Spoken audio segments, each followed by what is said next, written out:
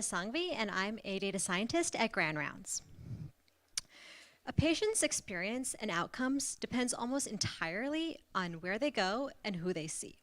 Unfortunately, patients don't often have the information that they need to correctly make this decision.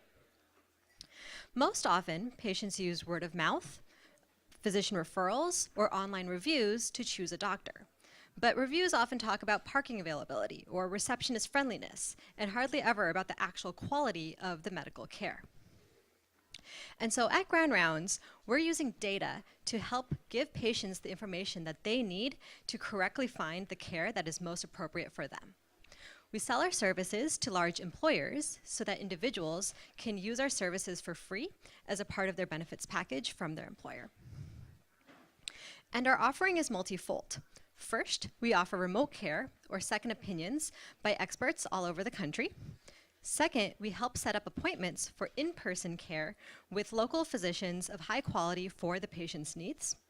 And we support both of these services with a care team to answer questions and the collection of medical records. We start off by using our algorithms to find the most appropriate physicians for a given patient. And that's what I'm going to focus the rest of my talk on. However, we do not lose the human element. Our care team is constantly talking to the patient to figure out their preferences and understand their medical history. And in the end, our staff physicians are making the final call on patient routing. Our algorithms are built off of a combination of public data, a ton of commercially available data, patient complete data from our customers, which are large employers, and data from our own operations. So this amasses to over 7 billion clinical data points that I get to play with on a daily basis. And this enables us to basically build algorithms around patient-physician matching. And there are many different dimensions that feed into this, both features that describe the physicians and features that describe the patient. And it becomes an optimization problem as different ones of these dimensions are more important in different specialties and conditions.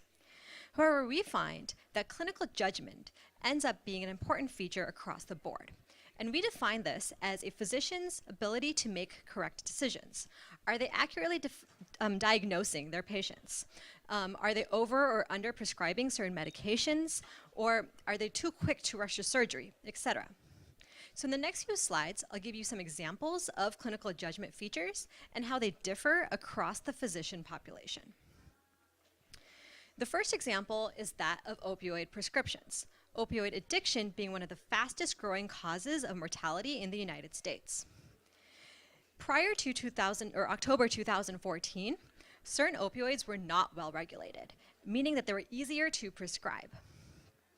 So we compared prescription patterns between the lowest quality physicians or primary care physicians and the highest quality primary care physicians according to our algorithms. And we found that when the opioids were well regulated, the two groups were prescribing at approximately the same level. However, when the opioids were easier to prescribe, the lower quality PCPs were prescribing them at almost twice the rate of the higher quality PCPs.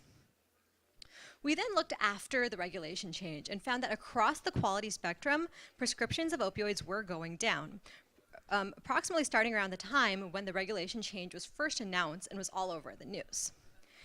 However, still, the lower quality PCPs were still prescribing about 1.5 times as much opioids as the higher quality PCPs.